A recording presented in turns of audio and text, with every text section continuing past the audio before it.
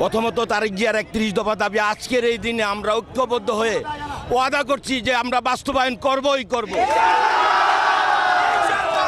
আর আমাদের মুসলিম উম্মার জন্য ফিলিস্তিনিদের যেই ঘটনা হচ্ছে আমরা সবাই মিলে যদি এটার প্রতিবাদ না করি তাহলে আমরা আর মুসলমানের কাতারে রইলাম না।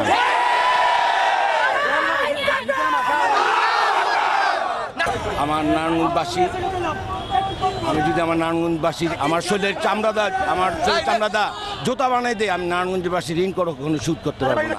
আমরা রাজনৈতিকভাবে যে এই ধরনের হ্যাঁ প্রতিপন্ন হয়েছি শেখ হাসিনা গভর্নমেন্টের দ্বারা, আমাদের নেক্সট জেনারেশন এই ধরনের সম্মুখীন যেন না হয়, এই জন্য আমরা সর্বোচ্চ সব ধরনের ভূমিকা রাখবো।